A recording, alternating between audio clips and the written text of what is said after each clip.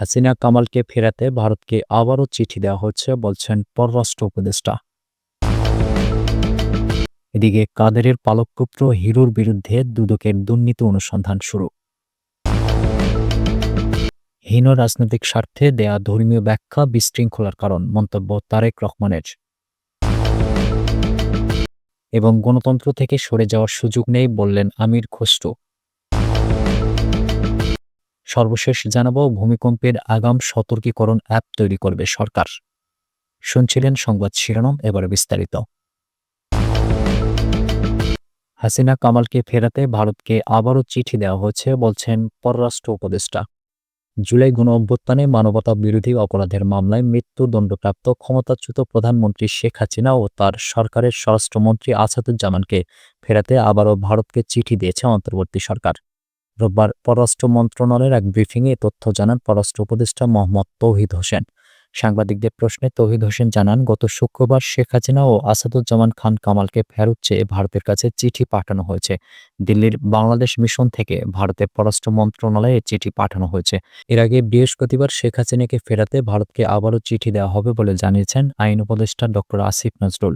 তিনি বলেন, মানবতাবিরোধী অপরাধের জন্য মৃত্যুদণ্ডপ্রাপ্ত আওয়ামী লীগ নেত্রী শেখ হাসিনা এবং সাবেক স্বরাষ্ট্রমন্ত্রী আসাদুজ্জামান খান কামাল ওনাদের প্রত্যর্পণের জন্য আমরা চিঠি দিচ্ছি।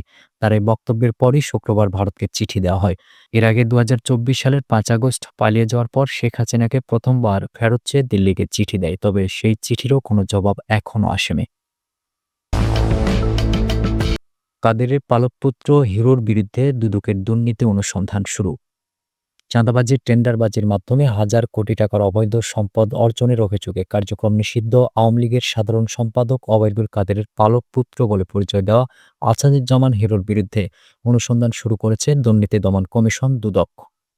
রোববার দুদকের জনসংযোগ বিভাগের উপপরিচালক আফতারুল ইসলাম এ তথ্য নিশ্চিত করেছেন। ডিএনসিসি মার্কেটের সভাপতি হিরোর বিরুদ্ধে দুদকের অভিযোগ, ওবায়দুল কাদেরের রাজনৈতিক প্রভাব খাটিয়ে চোরাচালান, হুন্ডি ব্যবসা, শুল্ক ফাঁকি সহ বিভিন্ন মাধ্যমে হাজার কোটি টাকার অবৈধ সম্পদ অর্জন করেছেন তিনি। স্ত্রী ইশরাত জাহান সহ হিরোর বিরুদ্ধে অনুসন্ধান শুরু করেছে দুদক। অনুসন্ধান কার্যক্রম পরিচালনার জন্য ২ সদস্যের একটি দল গঠন করা হয়েছে। এর নেতৃত্বে আছেন দুদকের সহকারী পরিচালক মোহাম্মদ নাসরুল্লাহ হোসাইন। সদস্য হিসেবে রয়েছেন সংস্থার উপসহকারী পরিচালক মোহাম্মদ আবু তালহা। অভিযোগের সত্যতা মিললে আসাদুজ্জামান হিরো ও তার স্ত্রীর বিরুদ্ধে যথাযথ আইনি ব্যবস্থা নেওয়া হবে বলে জানিয়েছে দুদক। এর আগে গত ১৫ জানুয়ারি রাজধানীর বাড্ডা থানায় একটি হত্যা মামলায় গুলশান থেকে তাকে গ্রেপ্তার করে পুলিশ। হীন রাজনৈতিক স্বার্থে দেওয়া ধর্মীয় ব্যাখ্যা বিশৃঙ্খলার কারণ বলছেন তারেক রহমান। হীন রাজনৈতিক স্বার্থে ধর্মীয় ব্যাখ্যা প্রদান সামাজিক বিশৃঙ্খলা সৃষ্টি করে বলে মন্তব্য করেছেন বিএনপির ভারপ্রাপ্ত চেয়ারম্যান তারেক রহমান। এক্ষেত্রে সমাজে যেন বিশৃঙ্খলা সৃষ্টি না হয় সেজন্য আলেম ওলামাদের সতর্ক থাকার আহ্বান জানিয়েছেন তিনি। রোববার রাজধানীর শেরেবাংলা নগরের চিন্মৈত্রী সম্মেলন কেন্দ্রে সম্মিলিত ইমাম খতিব জাতীয় সম্মেলনে ভার্চুয়ালি যোগ দিয়ে তিনি এই আহ্বান জানান। এ সময় তারেক রহমান বলেন, রাজনীতি নিয়ে ইসলামী স্কলারদের মধ্যে বিরোধ দেখা যায়। হীন রাজনৈতিক স্বার্থে ধর্মীয় ব্যাখ্যা সমাজে বিশৃঙ্খলা নিয়ে আসে। সমাজে যেন কোনো বিশৃঙ্খলা সৃষ্টি না হয় সেদিকে আলেমদের সতর্ক থাকতে হবে। তিনি আরও বলেন, বিএনপি বারবারই ইসলাম ও মুসলমানদের স্বার্থবিরোধী তৎপরতা রোধে সোচ্চার। এ সময় শাপলা চত্বরে হানাদার বাহিনীর মতো ক্র্যাকডাউন চালানো হয়েছিল বলে অভিযোগ করেন তিনি। তারেক রহমান বলেন, দীর্ঘ ১.৫ দশকের দাবিদারি শাসন প্রমাণ করেছে স্বাধীনতা সার্বভৌমত্ব রক্ষায় ঐক্যের বিকল্প নেই। ইনসাফভিত্তিক দেশ গড়তে আগামী নির্বাচন ইমাম খতিব ও মুয়াজ্জিনদের দোয়া ও সমর্থন চান তিনি।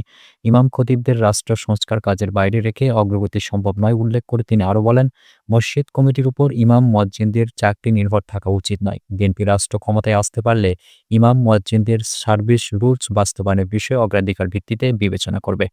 উল্লেখ্য, এই সম্মেলনে আরও উপস্থিত ছিলেন বাংলাদেশ জামায়াতে ইসলামীর আমির ডাক্তার শফিকুর রহমান, বিএনপির স্থায়ী কমিটির সদস্য সালাউদ্দিন আহমদ, জাতীয় নাগরিক পার্টির আহ্বায়ক নাহিদ ইসলাম সহ আরও অনেকে।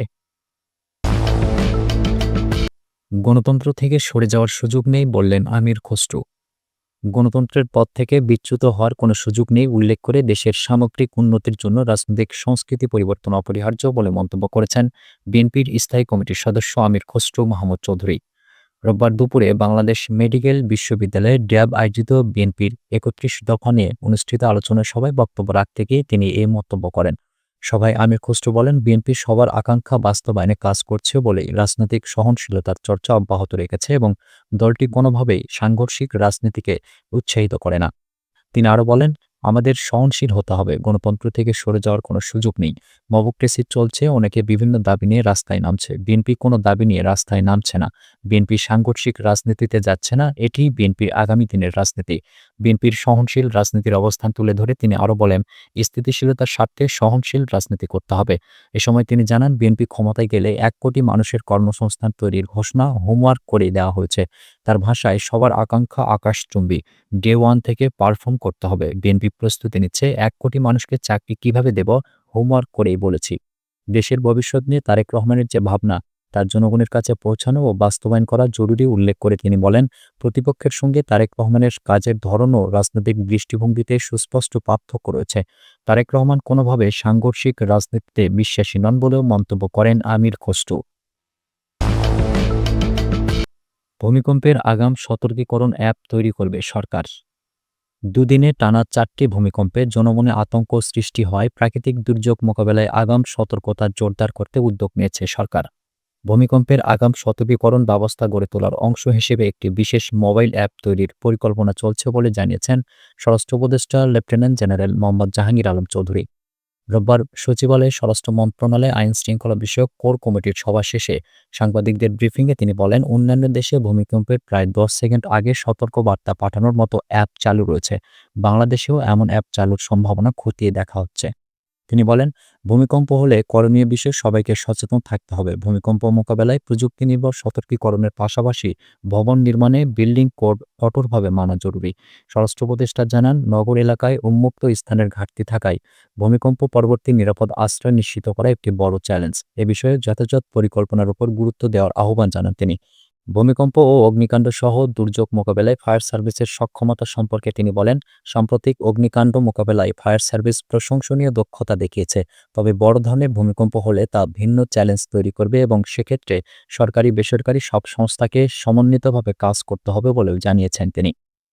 সুপ্রিয় দর্শক, এই ছিল এখনকার মতো সর্বশেষ সংবাদ। পরবর্তী সংবাদ দেখার আমন্ত্রণ রইল।